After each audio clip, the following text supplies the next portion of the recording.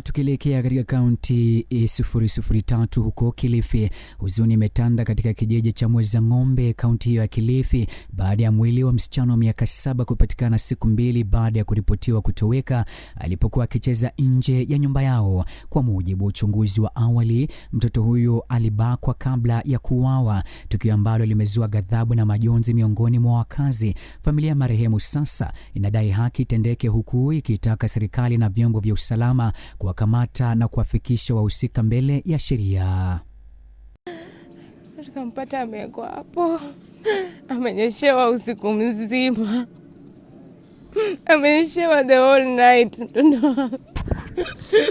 She's always afraid of rain. Hapendi rain and thunder. And kulipiga nyingine hapo kubwa, tukiwa pale polisi.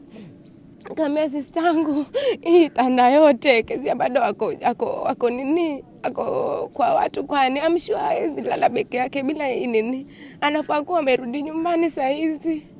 Nitawaambia nini hata basi, nitawaambia nini? What am I going to tell them? Mzee ameniumiza tu mimi mwenyewe huyo mtu. I just hope they find whoever did this. Hizi ni vitu tulikuwa tunaona tu kwa TV. I feel like somebody just ripped out my chest from underneath me. And I just don't know what to do. She's quite a bright kid. And we were very intentional in how we raise her. I don't know.